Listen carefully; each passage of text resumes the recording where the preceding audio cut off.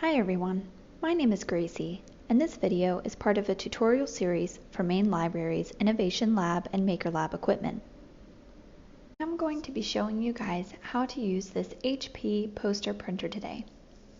Before we get into how to use it, let's go over some basic safety rules.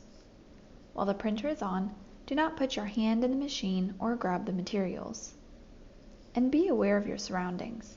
We don't want anyone to trip over wires, bump into anyone, or have some other accident. Now that we've gone over safety, let's talk about some of the features of the printer. There's a touch panel on the left of the printer where you can look at and adjust various settings. Directly to the right of the touch panel is the power button, and directly under the touch panel is a door that you can open to change the printer ink. You can also look at the inside of the printer by placing your fingers under the lid in the middle of the printer and carefully lifting up. This allows you to see inside the machine in case there's some sort of paper jam. At the top of the printer, you have where you insert your materials. It has a place for large poster paper and regular letter paper. At the bottom of the printer, there is an adjustable pull-out for when you have large prints so they don't fall. Finally, you have a USB port on the far left of the machine beside the power and network cords.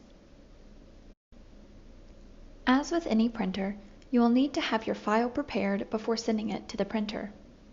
For this demonstration, I will be printing a poster of the first floor layout of Maine Library. Simply make sure that the correct material size is selected, along with any other settings you would like to adjust.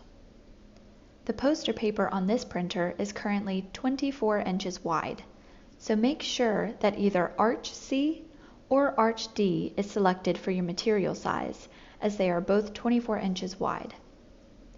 A quick tip: when you select your paper size, it typically shows you the paper dimensions to the right if you are unsure of what the size is named. Make sure the printer is turned on. It may take a couple of minutes to fully boot up. If the printer doesn't automatically appear under your available printers, go ahead and connect the HP printer by USB to your computer. You may have to go through a couple of steps to set it up. It will automatically cut your paper at the end of printing. And there you have your poster print. Make sure you disconnect your computer and turn the printer off when you are finished. If you have any questions, you can contact me, Gracie, at the information below.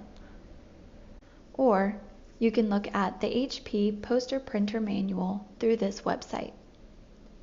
Thanks for watching. Happy making!